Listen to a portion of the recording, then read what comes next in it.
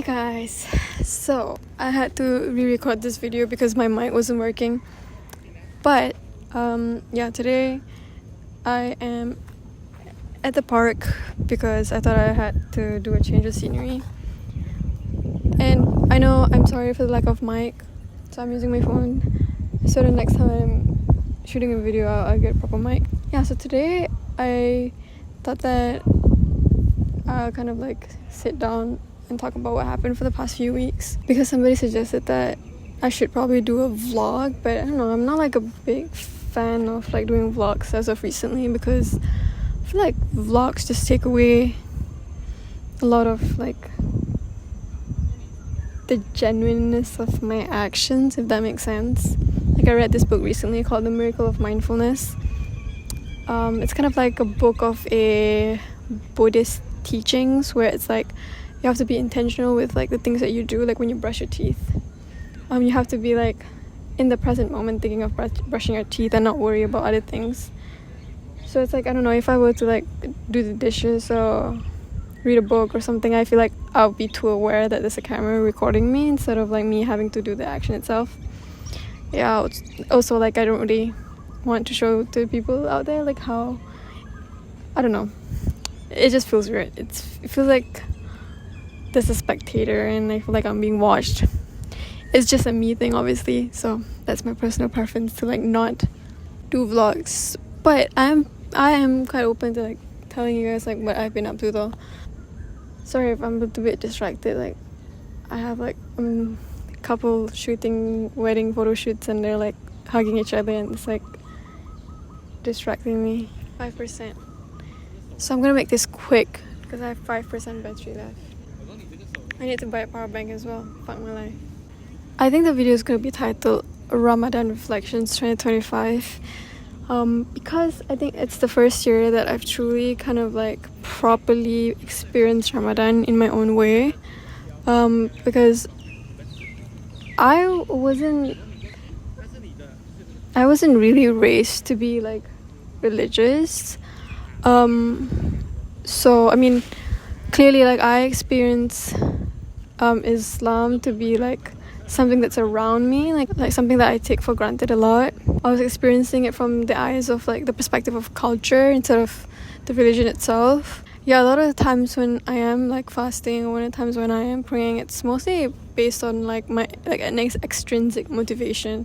Like what I mean by extrinsic motivation is like it's always because when I was smaller, like it's because like my parents ask me to, or if I'm wearing a hijab, it's because like my friends at school are wearing them. Those kind of extrinsic motivation is how I experience religion in itself. But I felt like extrinsic motivation is like really short-lived. Like it's very short-term. I've always felt like it's something that if the presence of like family and friends out of the equation, like then I wouldn't get to experience the religion in its full form. Yeah, so it's like if I was in a different country, I feel like I wouldn't kind of like practice my faith. So I think this year in itself, I kind of want to like take away the extrinsic motivation and like be more intrinsic with it. So like truly find meaning and truly find joy and happiness in the things that I do. Because I want to, instead of others telling me that I need to do it. Also because I'm quite stubborn, I don't like people telling me what to do. So like I like it when it comes from myself, from my own willingness, because like if I want to do something, I'll get it done really well. I think the most important thing that I appreciated about Ramadan is that I kind of like appreciated the routine of it. There was like waking up at 5:30 to eat, and 6 to pray, and 8 going to work, and come back, cook, and eat at 7. I think that in itself is something that I really, really appreciated. Maybe also because I'm slightly neurodivergent as well, and I don't like when things are out of order. I like schedules, and I like things to have a specific time when it happens. I like when people like plan ahead and things like that.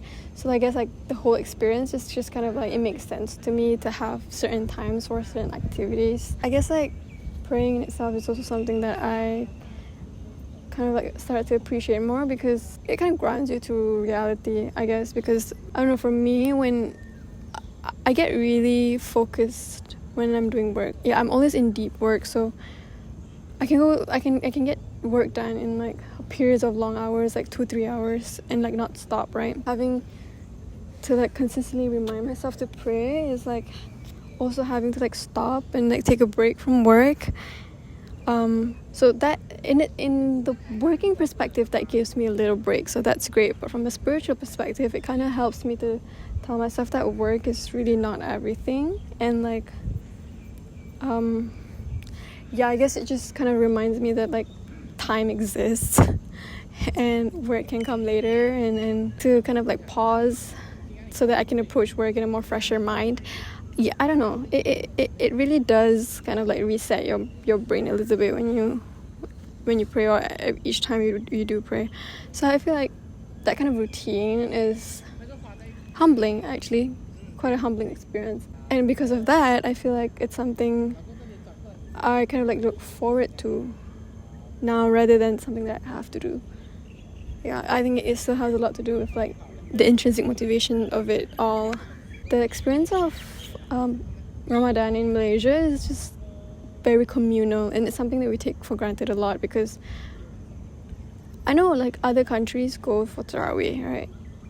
But going to Tarawih in Malaysia is an entirely like universal experience, that like whenever you like approach a street with a mosque, you see like cars parked at the roadside, and you're like, wow, this is Ramadan. Like you don't get to experience this in other countries, especially like in countries like, I don't know, like New York, where like a minority of Muslims live there and they go to the mosque. Like it doesn't feel the same as it is here in Malaysia. And the experience of like having to go to the mosque early so that you can pray inside rather than outside is also something that I think we take a lot for granted. And I feel like if somebody is truly alone, the experience of going to the mosque really stops them from being lonely, because when you go to the mosque, like everybody's there to welcome you. You get to eat free food, and you get to pray with like a bunch of strangers, and I think, yeah, like I said, it's something that we take for granted a lot. A lot of the people out there, they would kind of like go to Tarawih with their friends and stuff, so it becomes like a more social outing, or like a social perspective of the activity. But like for, you know, people who've never done it, people who don't have friends to do it with, or people who go there alone, it takes away the social perspective, the social aspect of it, and it becomes more of a spiritual perspective of it. So it's like going to the mosque alone for Tarawih. You're there and you're forced to reflect on your own and see things from your own eyes without having to share it with anybody. It is refreshing perspective to look at. For me personally, I went to Tarawih like 2-3 times, I think. I went once with my family and once with like alone, twice alone or something, and yeah, there was a lot of debate about girls going to the masjid, because girls are so territorial. Because if you want to go to the mosque and you want to pray, you have to rapatkan saf. But girls, because they want to stay with their friends, they don't do that. And I find that debates like that are so refreshing, because we rarely see debates like that. And I feel like you can only kind of talk about that when Ramadan happens, because everybody goes to the mosque more often than the month where it's not Ramadan. Yeah, and I think like because I was so used to the routine, because I was really like deepening my faith a lot, I think I kind of prayed a lot about what happened after the Ramadan. I noticed that I was more sensitive with like, I don't know, I was more sensitive in general, like with the things around me. I remember like after Ramadan ended, like the first day of Raya, on the way to the mosque, I saw like a bunch of people driving to the mosque and walking to the mosque. I see like families like lining up in front of the mosque to take pictures, and they were dressed up and everything, and I felt so kind of touched, because it's like everybody experiences Ramadan in their own ways, and everybody interprets Ramadan differently, right? But having to see like everybody come together and to celebrate this day is just so touching, and it's so moving. yeah, I guess like the communal aspect of it, and having to listen to the takbir raya. I never really felt so touched about it until recently, which is kind of weird. And I think for the past few days, like I was reading this surah called like Surah Ad-Duha or something. I think it was Surah Ad-Duha. And then when I was praying Surah Sunat, I think the second rakaat, the imam was like reciting Surah Ad-Duha. And I think I got a little bit teary-eyed because I was like, what are the fucking odds out of all the surahs? The imam decided to recite the one that I memorized and the one that I just read a few days ago, even because it was something new to me. So yeah, I was really sensitive and I was like, why am I crying right now?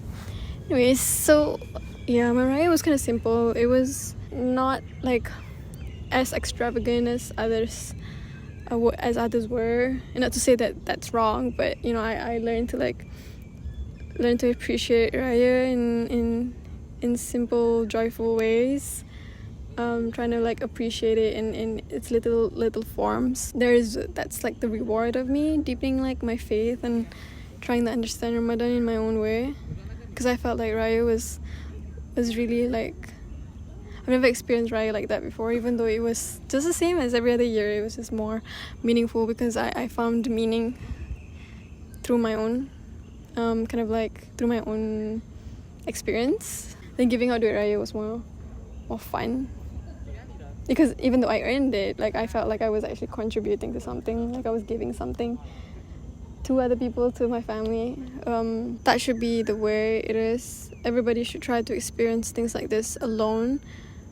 Obviously you don't want to be alone, and if you have family, you should always celebrate it with your family and eat with your family. But I think having to kind of explore religion outside of your family, I think it brings a lot of challenges. It brings a lot of obstacles that kind of deepened your faith with God.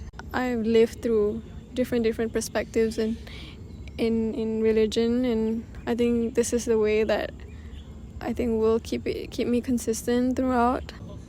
Yeah, share in the comments what you guys did for Raya, and what did you guys think about Ramadan this year? Share in the comments down below. It's nice to read all of your comments. Sometimes, like, even though, yeah, I read every single comment, not because like there's only 5 comments every videos, but like I really try to kind of like interact with you guys. So it's like, I mean, I shared my Ramadan reflections. Why don't you guys share it too? I feel like that's a bit unfair if I'm the one that's sharing, right? Oh my god, there's a fury person there. Furry. And there's a Mak Saleh taking a picture of me right now. Anyways, yes, I hope you guys like more videos at the park. I don't know if I want to shoot another video at the park, guys. I'm gonna be honest, for real. Like, it's hot out here, y'all. It's like when it's sunny, it's so sunny, but when it's rainy, it's so rainy. So today's a good day though, right? Yeah. Okay. Bye bye.